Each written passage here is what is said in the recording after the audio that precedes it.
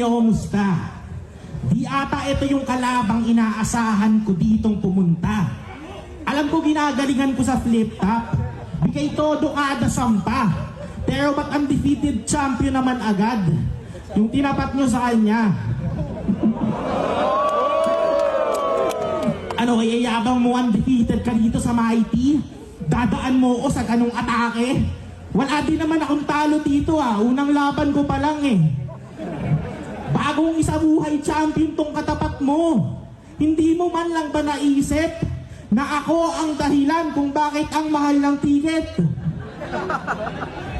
Wala talaga. Ano, lalaitin mo ang ermitanyo? Mukhang taga-bundok? E di ikaw na mo ang maayos. Ako pa mukhang taga-bundok ikaw nga yung may pang-hiking na sapatos. E di ikaw na magaling mamundok. Hayop na to. Ang sarap mong masakal. Tsaka lang ako pipilip sa yumot pag naakyat mo yung taal.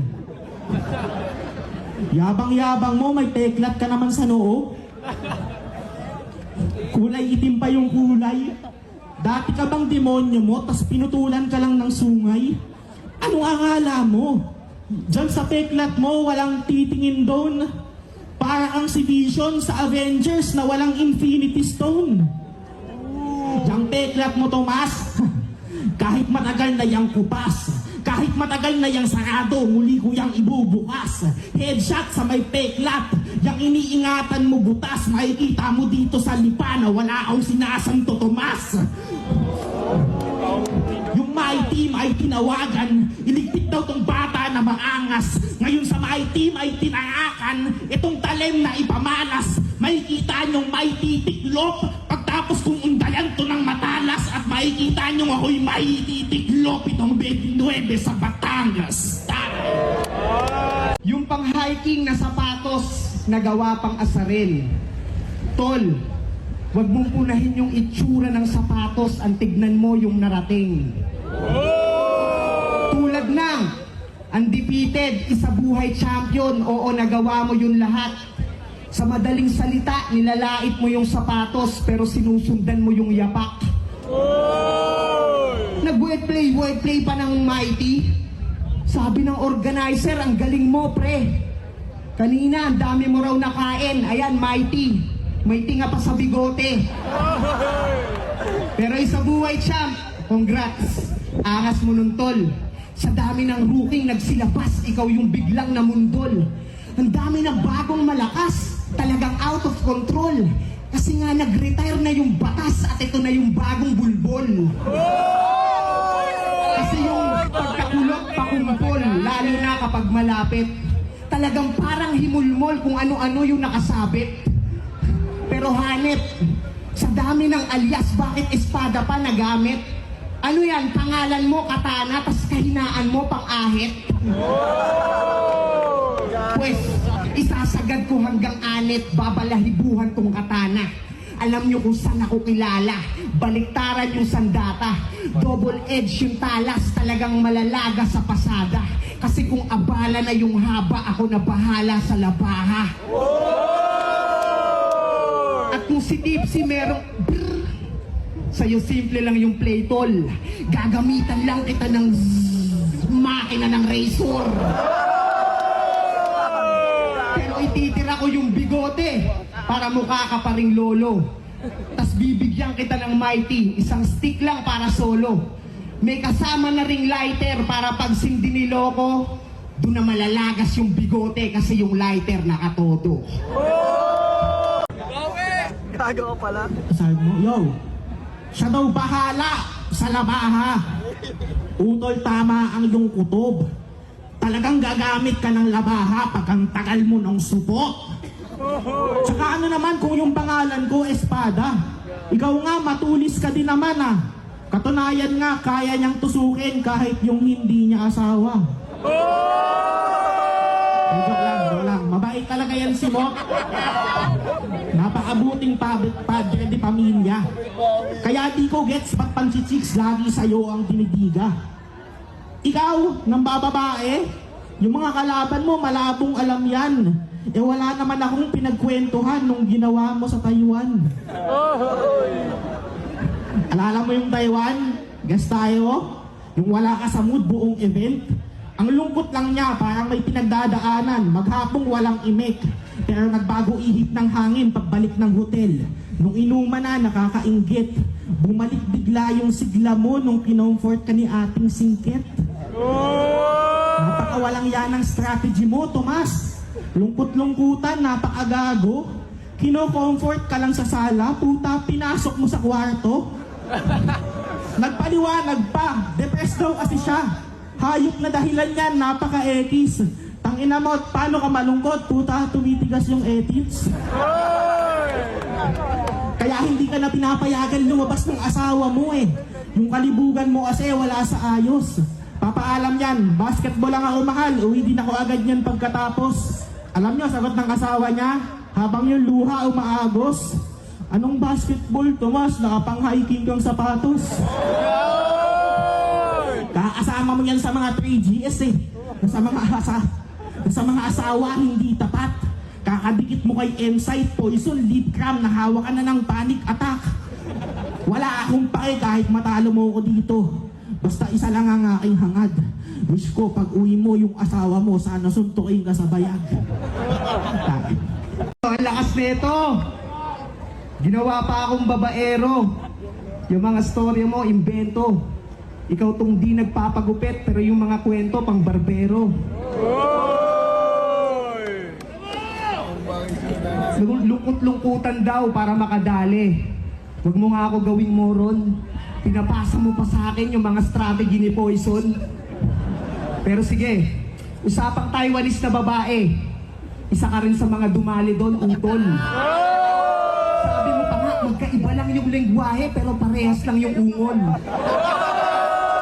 De, unang napanood ko to sa Motus, ako'y naelib na agad. Maangas, may potensyal, yung pagka-competitive sagad. Bilang MC papalag, kaso masyado yatang heavy yung bayag. Kasi nung nakita ko na ng personal, puto parang penguin maglakad. Kahit kanina galing backstage, alam nyo kung paano siya rito sumampa? Kada hakbang niya ng hagdan, magkasabay dalawang paa. Parang penguin talaga. Panoorin nyo hanggang dulo. Pagtapos namin dito mamaya, tatalon niyang pababa, una ulo. Seryoso.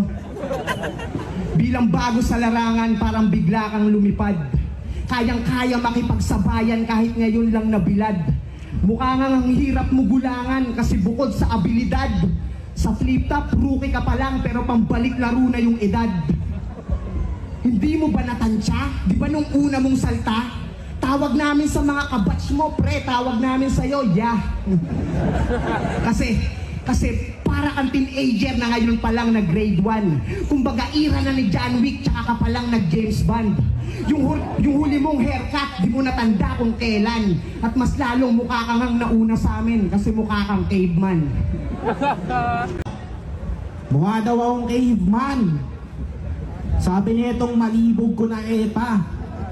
Ikaw yung caveman kasi kung kani-kanino yung pinapasok mo na kuweba. Tsaka laging binabanatan yung edad. Di ba ako matanda? May bigote lang, tol. Si Dodong Saita nga pumasok ng flip-top, 40 years old. Pero sige, ako na matanda. Ikaw na bata. Oo, yung tito mo, ako na. O sige, eto, sa inasukli. Bili mo ako ng mighty na pula. Parehas tayong main event ng ahon. Mga lasenggo ang napatumba. Pero tipsy lang tinalo mo nun mo, sa akin nagmamaoy na. Paano ka nanalo doon? Talo ka doon. Tingin mo panalo ka talaga? Ikita namang binatibag ka ni Tipsy sa Sunday pinasaya. Nag-joke pa. Alam mo next time sa oras ng kagipitan, pag di mo maalala yung lines mo, magpanggap kang sinasapian. Kahit ano pang gawin nyo, sa akin lang ang katawan na to. Sa totoo lang, legend na yan si Tomas. Undefeated champion, siyang unang nakasungkit. Kahit nasa pasarapan na ng buhay, nagpapamalas pa din ang lupit. Kaya gusto ko masaya ka lang palagi, tol. Mabuhay ng masagana at matuwid. Huwag ka sana makadanas ng kalungkutan, baka mong babae ka ulit. Hindi, seryoso, deserve mo lahat yan, tol. Laban natin, masaya lang akong naidaos. 10 taon na sa flip top, undefeated champion, lahat nasa iyo na halos. Alam kong madami ka pang maaabot. Kwento mo hindi pa sa mighty matatapos. Tuloy lang sa paglalakbay, suot ang pang-hiking mong sapatos. Ayun ka, salamat. Pang-hiking na sapatos na naman. Hanggang round 3, dinamay nito. Ano bang pakialam mo, sa Mount Manabu ako dederecho. Tapos si Dodong Sai pa raw yung matanda. Dinawit pa sa vice. Dinadamay mo pa rito, pati kaklase mo sa ALS. Niyabang pa yung battle niya nung ahon. Akala mo hubog. Tol, hindi lang si Lip Cram pinatumba mo kasi pati mga tao nun tulog. Pero yung pangalan mong katana, talakayin natin, Chong.